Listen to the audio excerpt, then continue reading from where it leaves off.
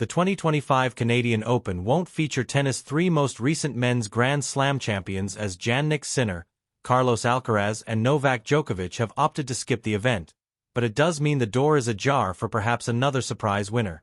The current big three on the ATP Tour, Sinner, Alcaraz and Djokovic, won't play in Toronto due to injury and fatigue.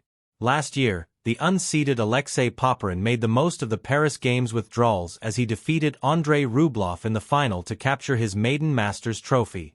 With the shiny trophy also came 1,000 ATP ranking points, and Popyrin will slide down the rankings after the Canadian Open if he fails to defend his title.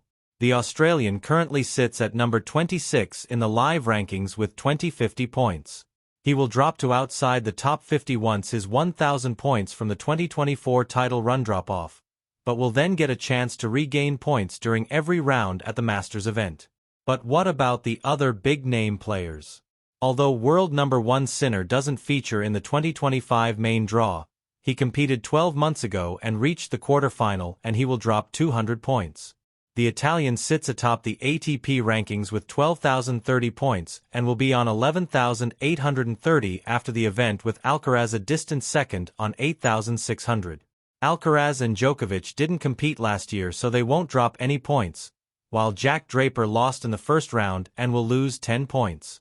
The other seeded players who won't play this year are Tommy Paul, 50, Gregor Dimitrov, 100, and Alexander Bublik, 10.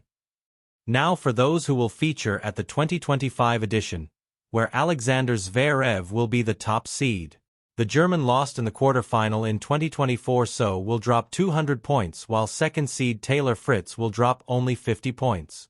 The ranking system is a bit more complicated for the next fortnight, as players will also drop points from the 2024 Washington, D.C. Open. The ATP 250 event took place from July 29 until August 4 in 2024 ago, while the Canadian Open was staged from August 6 to 12. This year's expanded tournament will run from July 27 until August 7, so points from Washington and Canada both fall in the 52-week rolling period.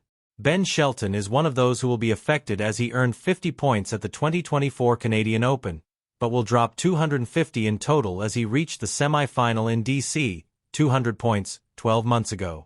Last year's runner-up Rublev will also be hit hard, as he will drop 750 points, 650 from Canada and 100 from Washington. Other notable seeds who are dropping points are Holger Rune, 100, Casper Ruud, 100, Francis Tiafoe, 200, Flavio Kobali, 380, Alejandro Davidovich Fokina, 150, and Matteo Arnaldi, 400.